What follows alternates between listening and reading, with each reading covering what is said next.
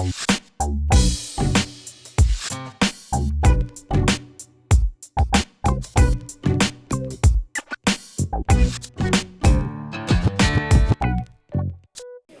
alcalde, señores corporativos, amigas e amigos todos de Berres, hai 180 anos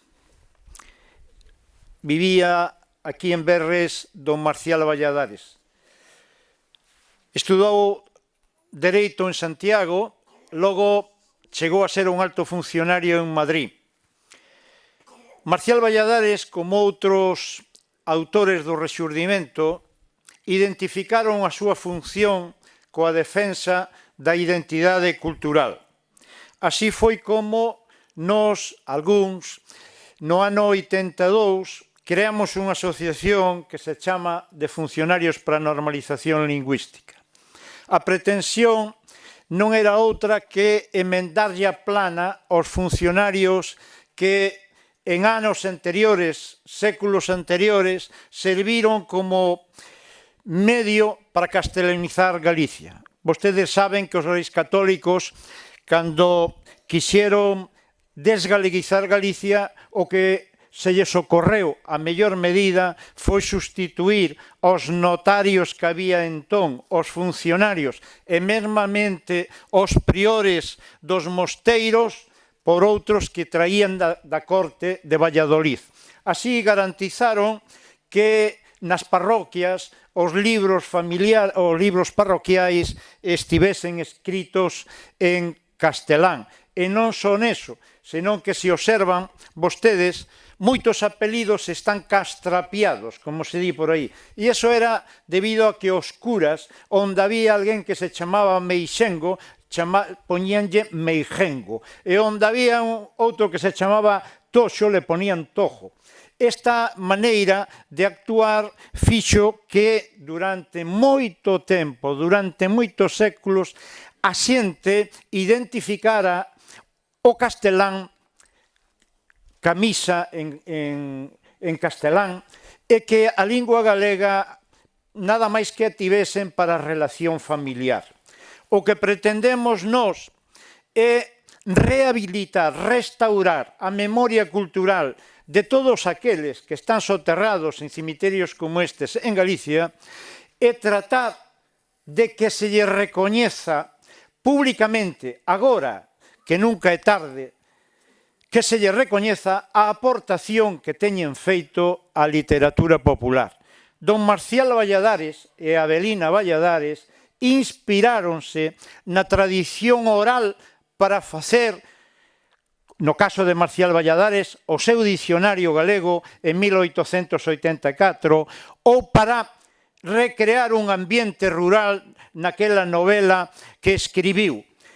O vocabulario, a novela e a recuperación dos ditos dos cantos populares de Marcial Valladares tiñan uns protagonistas de excepcións, que era a xente, que moitas veces, os máis deles, non tiñan instrucción cultural, porque daquela xa saben vostedes que moi pouca xente aprendía a ler e escribir, e os que o facían eran as famosas escolas de Ferrado. Cando se acababan os traballos no campo, algúns pais reuníanse, collían a un ex-seminarista ou seminarista e a partir do mes de novembro, tal días como hoxe, cando xa non había nada que facer no campo, ata xaneiro, habilitaban algún lugar, ás veces eran cortes, e ensinábanlle aos nenos e as nenas as primeiras letras. Non había libros. Entón, o que lle ensinaban era aprender a ler nas escrituras que tiñan na casa, en vellos documentos que, como dicen, estaban en castelán. Aqueles nenos non entendían por que tiñan que aprender en castelán cando o propio mestre o escolante lles estaba dicindo en galego: Manolo, estate quieto, presta atención, pero a prestar atención para soletrear uns textos en castelán. Con esta argumentación histórica, nos quixemos lanzar esta campaña que lle chamamos En galego, agora e sempre. Esta frase collímola de prestado de don Ramón Cabanillas, que foi un asiduo visitante da Estrada gran amigo de don Manuel García Barros, que era un dirixente das sociedades agrarias. Ramón Cabanillas fixo un poema que era o himno das sociedades agrarias. E un dos seus poemas era un canto á lingua galega, indicándolle a xente que hai que ser galego dende o comezo da vida ata a morte. Por eso decía en galego sempre, sempre en galego na vida e na morte. Na morte, porque tal día como hoxe, en vésperas do día 1, o día 1, que xa estamos do mes de Santos, son os actos máis importantes no ámbito familiar, xunto ca festa do patrón. Hoxe, e mañá, e pasado, enchense os cemiterios en Galicia. A xente colócase diante do nicho e fan a súa oración ao seu xeito.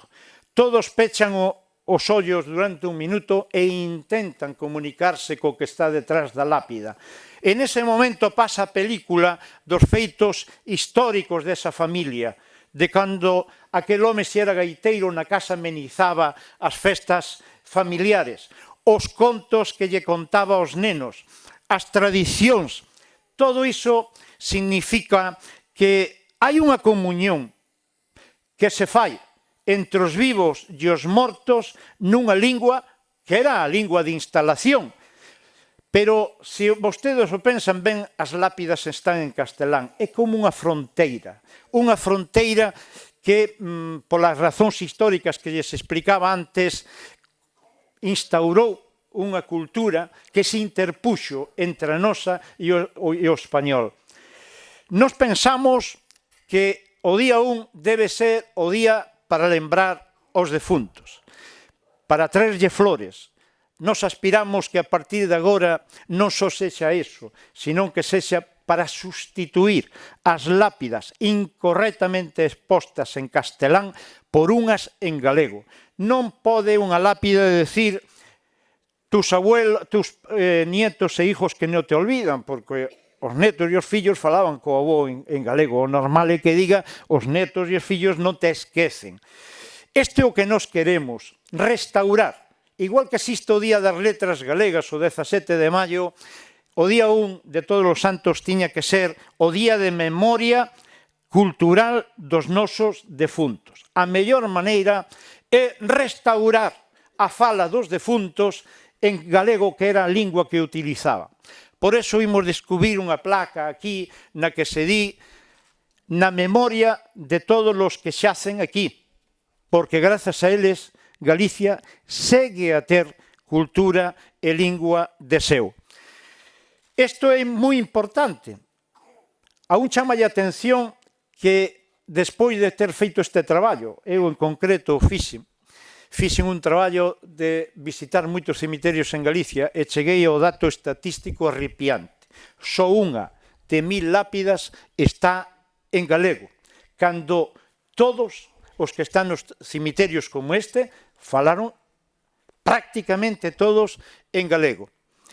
E se vostedes miran os periódicos, mirarán que de 100 esquelas que se publican nos periódicos, só 2 se publican en galego, todas en castelán. Pero é máis chamativo das esquelas, porque ás veces os familiares poñen esquelas que din, pois, don José Toxeiro Ameixeiras falleció ayer, e o entierro esa tal hora, e pasará un autobús a recoger a todos os que quieran ir por Vilancosta, por aquí, por allá, por agora. Eso dito en castelán. A xente do rural ás veces non lê os periódicos, acude á casa do defunto a darlle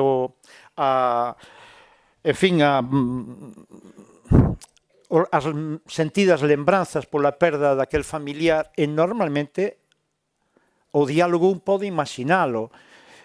É así: hola María, Manuel, que desgracia, como se marchou o teu pai, pero era mellor que se marchara, o pobriño estaba enfermo. Por certo, cando é o enterramento? Témolo anunciado para tal hora, e logo a misa. Eso faise en galego. Entón, non sentido publicar unha esquela en castelán. Eu creo que é un feo. un feo que se lle fai a propia cultura familiar, a do defunto, e, en definitiva, é unha maneira de demostrarmos debilidade cultural, termos pouco autoestima de sermos o que somos. Parécenos que o castelán é o idioma que por excelencia ten prestixio. Eso fixéronoslo ver, porque en galego sigue habendo inspiración para obras literarias. En galego cántase e tamén se divita xente nas romerías. E en galego fanse documentos públicos. En galego tamén fan publicidade moitas empresas. En galego atenden os médicos aos pacientes, os máis deles. Por lo tanto, a nosa intervención hoxe aquí, e agradecemos isto en primeiro lugar ao señor alcalde por dispensarnos a celebración deste acto, e a todos vostedes que dunha maneira directa ou indirecta están participando connosco aquí a súa presencia. Moitas grazas a todo o mundo e que no futuro poidamos ver que os cemiterios empezan a falar a lingua, porque é a parroquia dos mortos, empece a falar a parroquia dos mortos a lingua da parroquia dos vivos. Non pode ser que fora desa porta se fale en galego e aquí se fale únicamente en castelán. É un contrasentido. Témolo que resolver e a mellor maneira de resolvelo é que todos tomemos conciencia e poidamos homenaxear os nosos difuntos na lingua que tiñan en vida. Moitas grazas.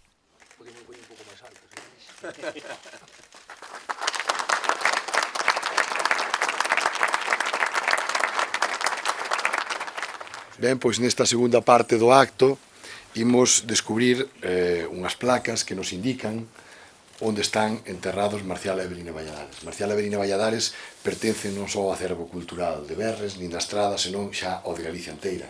Don Marcial, quen foi distinguido co Día das Letras Galegas alá polo ano 1970, é o autor da primeira novela moderna en galego que se titula Maxina ou a filla espuria.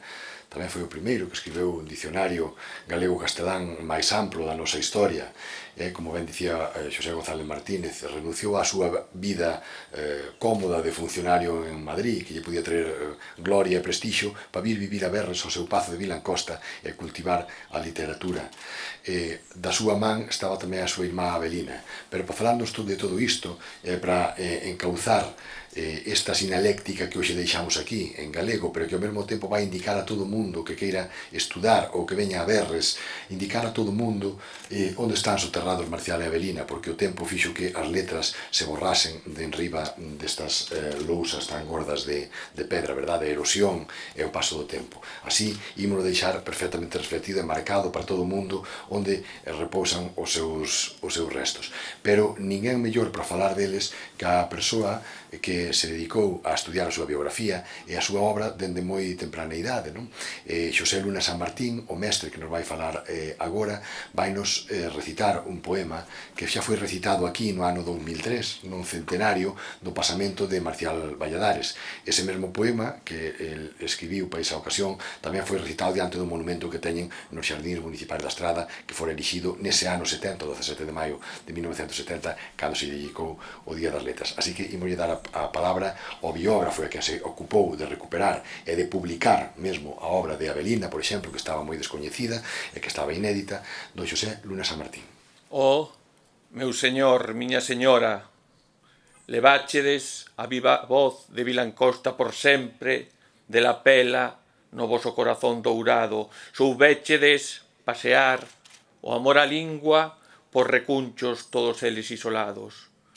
Don Marcial, Don Avelina, dos Valladares de Vilancosta, señores das palabras, fervenza de paixón, vos sodes, creadores, fundadores, recolectores, pescadores, restauradores, refacedores, espíritos libertadores da fala nai altraxada, tempos mouros de escravitude falada, o pobo de labregos medo tiña de falar aos señores como facía Decote co súa nai ou coa súa filla, e o ulla emudecido, baleirado de auga, troitas escalos, só unhas negras angurias no fondo semellaban agardando, e o pico sagro O pico sagro, borrado coa brétema do esquecemento, lallábase inutilmente cun canto deserto branco, branco e afogado por non ser polo home coroado. E o neno soñaba con palabras colores, azul futuro, branco esperanza, mais, meu señor, miña señora, don Marcial, don Avelina, dos Valladares, de Vilancosta das palabras, vos fuches quen de mudarmos na soidade da luz candil do casal, as mouras augas do olvido, a branca brétema do esquecemento, e os tempos foron chegados, e os beitos dos povos cantaron pequenas poesías, cántigas, alalás, por don Marcial e dona Avelina de Vilancosta, ensoñadas, imaginadas, areladas, procuradas, e as augas da palabra tornáronse frescas e saudosas, e as mozas que delas beberon foron para sempre agudas e donairosas. Oh, meu señor, miña señora, procuráchedes, areláchedes, ensoñáchedes, maxináchedes unha estrada viva de palabras nosas, agarimosas, primorosas, froito do ventre da nai terra e das entrañas da xente, da vosa xente, a que hoxe aquí, en Berres, declara orgullosa. O señor de Vilancosta, só a ela ten apego, vive entre seus labregos, honrase de ser galego, xa o dixo Avelina, desde o fondo azul da súa mirada e o sereo ritmo do seu falar. Adorada Galicia, verxel dos encantos dos puros amores, esperta que o tempo chegou da xustiza e a portas alleas non pidas favores. Mais vos, meus señores, vos non escribíades poesía, non. Vos recollíades monllos de erva fresca para lecer e vagar de ánimos cuidadosos e primorosos. E o mestre fixolle un galano de primavera, o libro das palabras, o primeiro libro da creación, o primeiro camiño, a primeira estrada, a estrada da vida. E o neno bebeu da fonte das palabras colores, azul futuro, branco esperanza, palabras frescas, saudosas, agrimosas, primorosas, e o neno fixos un home, e asinaba quen queirades, e un bon día profetizou, a Marcial e a Avelina sempre se han de recordar, de que en Berres non quede unha lingua para falar. Oh, meu señor, miña señora, don Marcial, dona Avelina, dos Valladares, señor de Vilancosta, cantora da ulla, estrada das palabras, creadores, fundadores, recolectores, pescadores, restauradores, refacedores, espíritus libertadores, grandes persoeiros das nosas letras. Recibide esta humilde homenaxe aquí na vosa patria, en Berres, en sinal da vosa inequívoca grandeza. Moitas grazas a todos. Pois, despois destas emotivas palabras de quen se ocupou de estudar e de recompilar todos eses romances da ulla, as cantigas que Marcial e Avelina deixaron tan primorosamente arquivadas no Pazo de Vilancosta, imos darlle a palabra á representante da familia. Temos a inmensa sorte, dentro do Concello da Estrada, dentro do Departamento de Cultura, que a veces organiza algo que ten que ver con Marcial e Avelina Valladares, de atopar o apoio incondicional da familia. Isto é moi importante, porque non sempre é fácil. Non sempre é fácil que as xeracións actuais entendan e encaixen intelectualmente a filosofía dos seus ancestros. Marcial e Avelina Valladares eran dunha familia fidalga, como todos vostedes saben, os veciños de Berres, tiñan pazo, eran señores de Vilancosta, pero aínda así ocupáronse de recoller, de recompilar e podarlle importancia á nosa lingua, á lingua que falaban os seus veciños, os seus caseiros, os seus criados, e elevárona á categoría de lingua literaria. Pois ben, todo isto é perfectamente recoñecido e perfectamente asimilado e recreado con orgullo pola súa familia da actualidade. Vostedes coñécenos tamén o mellor camín. Son Mari Carme Ferreirós, o seu marido Moisés e a súa filla Ana, que agora fixo como Marcial, volveu da cidade outra vez a residir en Berres, e que calquera deles pois encaixan perfectamente, xunto co resto da familia tamén, defenden o legado que deixaron Marcial e Avelina aí nese pazo para a cultura galega e para a cultura universal. E é por iso que agora vai intervir en representación da familia Mari Carme Ferreirós. Ben, eu como representante da familia Valladares e como depositarios do seu legado, somente quero agradecer este homenaxe. Eles xacen aquí, como diría Avelina, deste val deleitoso nun recuncho. sei que se estivesen agora con nós sentiríanse moi ledos por notar o cariño, a lembranza e o recoñecemento da súa terra, de Galicia, da Estrada e da parroquia de Berres. E por todo iso, moitas gracias. En primeiro lugar, a da Avelina Valladares. Pedí a Avelina Valladares Núñez, poeta do Rexurdimento e cantora da Ulla. E a de Marcial Valladares Núñez, precursor do idioma galego, señor de Vilancosta. Ben, ese Berres, se por algo se distingue por ser unha parroquia culta. Aquí naceron Marcial e Avelina Valladares, aquí naceron escritores como García Barros, aquí naceu Martínez Oca, tantos e tanta xente da cultura que deu a parroquia de Berres, verdade? Pois unha boa mostra deso é a estupenda coral polifónica que tedes, que quixo tamén colaborar neste evento e que agora imos escoitar dentro desta igrexa a súa interpretación de algunhas pezas galegas. Así que, por favor, acompáñense dentro da igrexa, que é a hora de escoitar os cánticos da coral polifónica.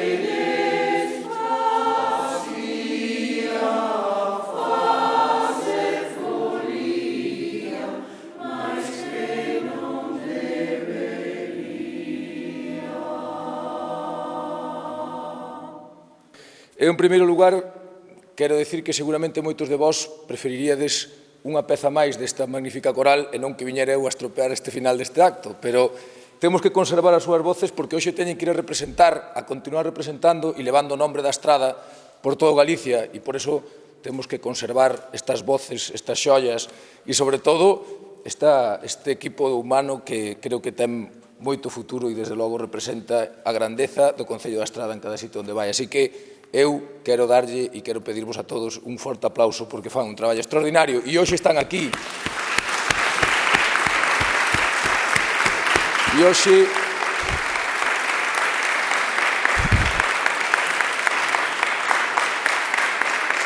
hoxe están con nós non facendo un esforzo porque sei que lle encanta facer o que fan, pero sí, casi sin comerse van a ter que marchar ahora ás 3 da tarde a actuar e a representar tan maravillosamente ben o noso Concello. Por lo tanto, moitas gracias a eles, moitas gracias a todos, moitas gracias a familia de Marcial e Avelina Valladares. Eu creo que decían os antigos, non? Honra merece a quen o seu se parece. Non creo que honrar aos nosos defuntos, honrar aos nosos maiores, recordar a historia viva do noso Concello e, desde logo, facer este tipo de actos que non por ser sencillos deixan de ser fermosos. Eu creo que todo o pobo da Estrada ten que estar agradecido á parroquia de Berres, tamén á familia de Avelina e Marcial Valladares, e creo que ademais somos un concello, somos un pobo, somos unha parroquia moi viva, con moito que contar e con moito que recordar. Por eso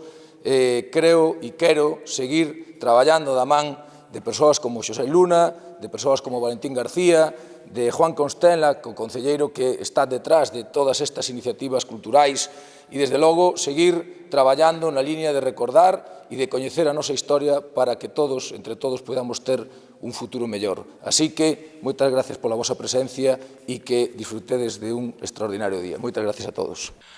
Alfonso Varela Durán é o presidente da Asociación Fillos e Amigos da Estrada e é un promotor cultural desde hai moitísimos anos da nosa vida sociocultural aquí na Estrada. É un perfecto coñecedor de todas as nosas figuras enlleiras e tamén da figura de Marcial e Avelina Valladares.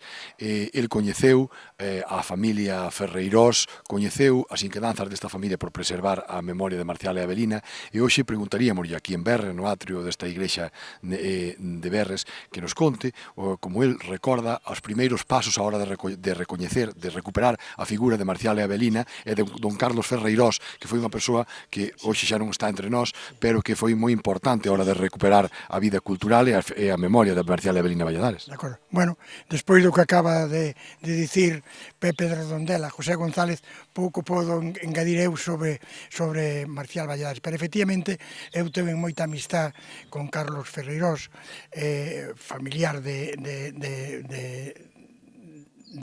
Marcial Valladares. Efectivamente, precisamente eu teño os versos dou unha fotocopia dos versos de Marcial Valladares que ainda os conservo. Nós visitamos, Fillos e Amigos da Estrada, fixemos un estudio de todas as iglesias, de todas as 61 iglesias que hai na parroquia, na Estrada. Tamén estuvemos visitando o Pazo de Vilancosta con o profesor Otero Túñez. E ali, ali chamame a atención que el descubriu que ali había un Cristo, unha imaxe de Jesucristo, un crucifixo, que era de Gambino, que eles se desconocían. Marcial Valladares foi unha das figuras máis importantes do galeguismo. Todo ven, en realidad, do famoso banquete de Conxo celebrado en Santiago no ano 1800, me parece que 40, máis ou menos. Entonces, a partir deso, houve un manifiesto de Rosalía que se chamou o Rexurdimento, de que falábase o galego, pero non se escribía en galego. Entonces, cando sucedeu isto, resultou que Marcial Valladares foi unha das pezas claves de empezar a utilizar o galego e a escribir un galego, porque tiña recollidas máis de 10.000 palabras en galego. E aparte deso, fixo o primeiro dicionario galego e a primeira novela en galego, Maxina, a filla espuria. Foi un home, ademais, cunha connotación moi importante, que ele era un señorito, era un fidalgo, era da alta sociedade, e generalmente esa alta sociedade en general non era precisamente a que falaba galego. E por iso douse a paradoxa de, a pesar deso, ser un home que foi unha peza clave para min, a máis importante no Rexurdimento, en tanto a poder espallar a nosa lingua. Alfonso Varela, dentro da súa tarefa profesional, que é a de doutor en Compostela, é tamén un precursor no ámbito do uso do galego dentro do que é a medicina. E queríamos preguntar que lle parece no acto que celebramos hoxe, que lle parece esta idea, esta iniciativa, de que tamén as lápidas, tamén algo tan presente nas nosas vidas, como son as lápidas e os nosos difuntos, pois que galeguicemos tamén esa faceta da vida. Hai un dato moi importante que máis lleches. Eu exercín a medicina en Santiago de Compostela e aínda aínda traballo algo, bueno, pois, pero eu teño que dicir que os médicos de Santiago, todos falábamos, que en general, o 90% falábamos galego cos nosos pacientes, o sea, porque existía un pequeno grupo que non o quería facer, entonces non había unha boa conexión. En eso, a medicina compostelana sempre foi fidel ao uso da lingua no seu comportamento nas súas consultas. O acto de hoxe para min é importantísimo, o feito de que se poñan unhas lápidas, unhas pedras donde figuran os nombres de Avelina e máis de Marcial, ao pé das lápidas, porque, en primeiro lugar, porque os nomes xa estaban prácticamente borrados, entonces isto é moi importante, ademais están postas en galego, que supoño eu que sería como eles desexaría que fose, tanto Avelina como Marcial Valladares. Salvador Barros Nogueira é un veciño da parroquia de Berres, que é un activista cultural desde hai moito tempo nesta parroquia que xa en por sí é moi rica en manifestacións culturais.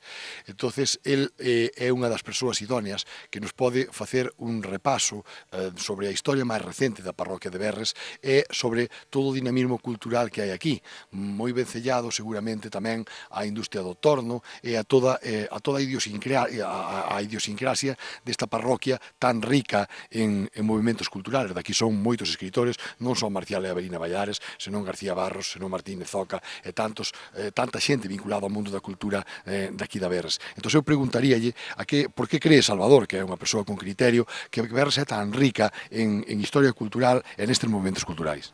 Eu penso que, indudablemente, as figuras hoxe homenaxeadas de Marcial e Avelina Valladares tuveron unha enorme importancia en que esta comunidade parroquial teña ese acervo cultural tan profundo, tan fondo e se manteña as tradicións desde tempos moi antergos. Incluso eu pensaría que xa os predecesores de Marcial e de Avelina Valladares tamén tiñan un gran amor á terra e un gran amor á lingua galega.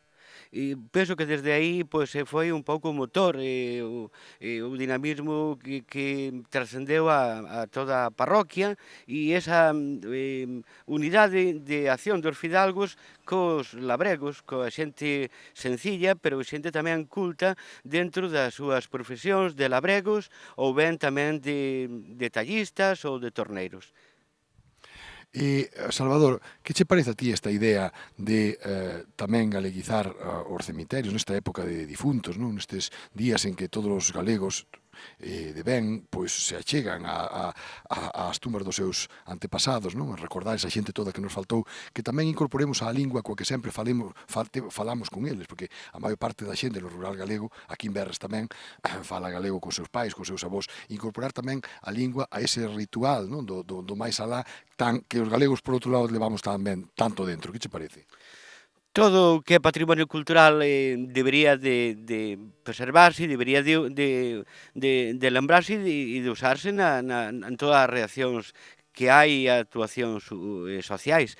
De feito, bueno, é un pouco disfrazarse utilizando termos de casteláns cando en realidade a xente, é dicir, o morto ou os familiares, utilizan a lingua nai, a lingua materna que é o galego. De feito, en este cementerio parroquial se está empezando a ver xa algúns títulos de propiedade que son en galego e incluso xa epitafios de xente que desapareceu e que xa está en galego. Non é o máis abundante, pero aparece e iso é, en términos así, cualitativos, moi importante. Moitas gracias, Salvador, polas túas opinións e por colaborar, como sempre, con esta parroquia de Berres, que tan orgullosos tedes que estar dela. Unha das características que ten o rural galego é que moitas veces a xente non se lle coñece polo nome e apelidos que ten. Así, hoxe imos entrevistar a un señor de toda a vida en Berres, aparte un dinamizador tamén desta parroquia, que se chama Don Xosé Ruibal Bernárdez, aínda que case ninguén o coñecemos por este nome, para todo o mundo é Pepe de Amparo. Pepe de Amparo ten na súa memoria gravados, como nun disco duro, toda a tradición cultural de Berres e, a parte, foi quen se interesou por saber de todos estes ancestros da parroquia de Berres e da tradición, digamos, máis popular, que moitas veces transcende incluso as creencias cristiáns. Estamos falando de crenzas da Galicia precristián. Eu preguntaríalle a Pepe de Amparo, hoxe, que leva este mote pola súa casa, pero que tamén estamos nunha parroquia onde se festexa moito o Amparo, a festa máis coñecida de Berres é o Amparo. Por que hoxe, neste día de outubro, andaban os veciños de Berres con ramiños nas mans? Bueno, porque esta é unha tradición que había moitísimos anos. Agora xa había uns anos que se iba deixando, pero hoxe penso que algúns persoas da parroquia que seban a cultura esa, pois empezaron a dar o ramiño, que me pareceu unha cousa moi correcta. Pero isto antes facíase todos os anos. Agora mesmo, pois había 3 ou 4 anos ou 5 se deixara eso, pero agora sigue facendo.